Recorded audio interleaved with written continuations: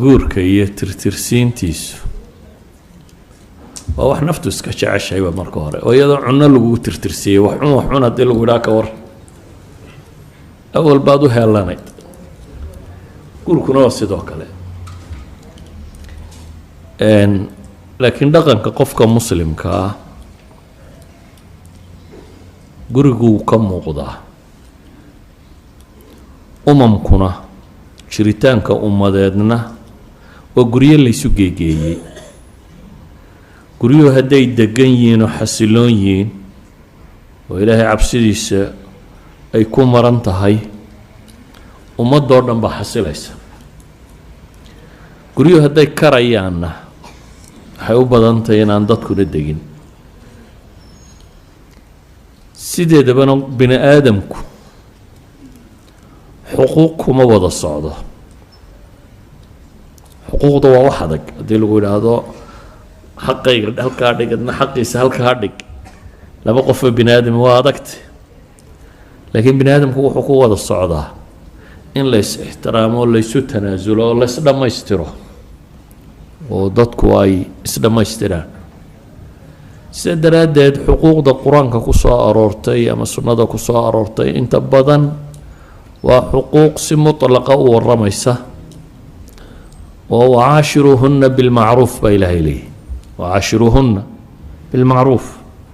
haweenka waxa kula dhaqantaan baa ilaahay leeyahy macruuf wax curfiga ku fiican oo la garanayo sama kula dhaqma samahaasi wuu joogayaa xataa marka la kala tegaya baa ilaahay ku tilmaamay faidaa balagna ajalahunna faamsikuuhunna bimacruufin aw faariquuhunna bimacruuf baa la yidhi xataa hadday kala teg gaadho waa in macruuf lagu kala tagaa marka asalku waa in macruufkaa lagu wada joogaa ninka iyo gabadha xuquuqda ka dhaxaysa badh waa xuquuq maadiya xuquuq maadiya maalan sadaaq baa kugu waajibay nafaqaa kugu waajibtay sakan baa kugu waajibay iyada furaash baa ku waajibay waxaasoo dhami waa xuquuq maadiya waxna waa xuquuq ka gedisan maadada oo ah dhaqan iyo akhlaaq iyo bini aadamku siduu wada joogi karo bini aadamku wuxuu ku wada joogaa waa akhlaaqda markay dhalintu isguursanayso waxaan dhahaa qof waliba krem buu ismariyaa labeentiisu sheegaa intaada jecjocornimadaa waad qarsataa un soo maaha cid koru soo qaadoo tidhaahdaa iinahana waan leeyahay ma jirto nin waliba fariidnimadiisa iyo inuu ragga ka laga qaata yahay buu sheegaa habluhuna sidoo kale laakiin marka guriga la tago real life baa la galaa nolosha dhabtaa kumaa tahay markaasaa la ogaanaya soomaalidu maxay ku mahmaahi jirtay jid ma la martay jidiin ma la cuntay jabad ma la degtay bay yidhaahdaan waa weedhi cumar laga soo naqlin jiray qofka waxaad baran kartaa bay yidhaahdaan marka aada safar wada gashaan idan isku kiin xidhee wax idinka dhexeeyaan ama markaa jabad wada degtaan bay yidhaahdaan markaa isku degaan noqotaan dee qofka dumara isku degaan baa noqoteen qol yar baa u wada hoyateen saa daraaddeed xuquuq badan badan baa la ysku leeyahy ninkuna wacaashiruhunna bilmacruuf baa la yidhi iyadana waxaa la yidhi walahunna midlu ladii calayhinna bilmacruuf iyana inta lagu leeyahay in la midoo macruufa bay leedahay walilrijaali daraja baa markaa caashiruhunna bilmacruuf baa la yidhi iyadana waxaa la yidhi walahunna midlu ladii calayhinna bilmacruuf iyana inta lagu leeyahay in la midoo macruufa bay leedahay walilrijaali daraja baa markaa la tilmaamo ninku mid dheeraada buu leeyahay oo waa maxay alrijaalu qawaamuuna cala annisaa bima fadala allahu aayaddaasi intay tilmaamayso rijaalku waxa ay dheer yihiin gabadhee quri waxa weeyaan marka guriga la joogo inay qiwaamatulbeyt leeyihiin guriga maamulkiisa inay leeyihiin waxaan idhaahdaa idaaradda reer galbeed iyo sida wax loo maamulo aad bay ugu guulaysteen meel qura shirkad qura bay diideen idaaraddeedii shirkaddaasina way ka burburtay galbeed oo dhan galbeedka marka nimankan reer galbeed ee dee culuumul idaara inoo soo waariday ee waxaan la daraaseeyey tirada badan la keenay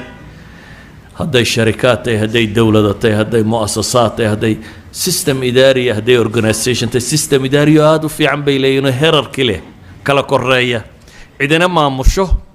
عندنا تحت كوتشرته ودبتنا لك على دمبيو ميل بيديدين لك على دمبيو وغوريا غورو كلا سرين ما لها بيد هذا نكيا قبل وسك سميين دبتنا وو بربرة شركة أن كلا سرين لها يعني ما صعطه وحشري كلام معها ولذلك النبي عليه الصلاة والسلام وحت المامي صدح قف هداتنا ما لعد لا شوكتان أمير ياش هذا سفر كشرتان أمير سمايس تبع بني آدم كهدو وذا النولي هيبة وين شرتا عد وحدارين يسا عد وحمامول يسا وين شرتا سناني ما شرتو لقى هاد لما يبني آدم لماذا ما كسي منا ها أدقى مدحوين بني آدم لماذا ما كسي منتين لكن سلطة لا يدراده والله إجمدي إنه سلطة داسي هيو قرية السلطة دي سوا حي قعنته وشرتا نينك هذا السلطة تمادنا مامل هدو يمادنا محكة واجبة طاعة مامل أن لا داعي مجرو دي اللي هذا الشركة ده نبى مامل لكن شغالوك يالي ما هي الشركة صعونة سنغونيسا دي مامل يمادنا وإن طاعة تماده سيدا وقيت بالقرآن كو حتى المام يا رجالكو إيجا قوامة البيت له مامل كقرية إيجا عليه دمر كنا مركا وحا كوركودا صارا طاعة إنا إلي مادان النبي يقول عليه الصلاة والسلام دان عيد فريين عيد سجوده قبل نور الله نكا جو سجود معناه ذو حويان إن طاعة مطلقة وبالمعروف والتي ماضه أيا نصارا هدي إنها لوايه إن نكون الرقم في عن قرية كل الرقمه والرقم في عن إنه حاجة العكتم بينه كان قانا نكرر قبيل في عن سيا وها في عن سيا واحد مودنا إنه ننفريد هي لكن مادة وحا كفي عن رقم كله وحلا لي وحي دينتو ينفرتي وحوه الرأي عندنا ودنوشين هدي نحريستي هدي عافستي هدي وحد شريعته ينفرتي أخلاقياته ماشي اللي قوم ممارسية ماشي اللي قوم دقنقلية وقرية مركا وحا هبون قفك مسلم كاهي إنه قرقي صدقا كاكو يشو احترام لبقفو احترام يعني نقضان لبقفو هذا الفيعن كوضا هذا يعني نقضان لبقفو هدي وحسو شيغيان سمان قلقة إيا وقت أي صورة قلطة هاي إسو شيغيان إني هادان لبقفو كلا الدنبين لين هادان لبقفو اسقدرين إني هادان وحلاليا وحاو قرآنكو ينوت المامي حديث النبي عليه الصلاة والسلام ينوت المامتي دقان أخلاقياته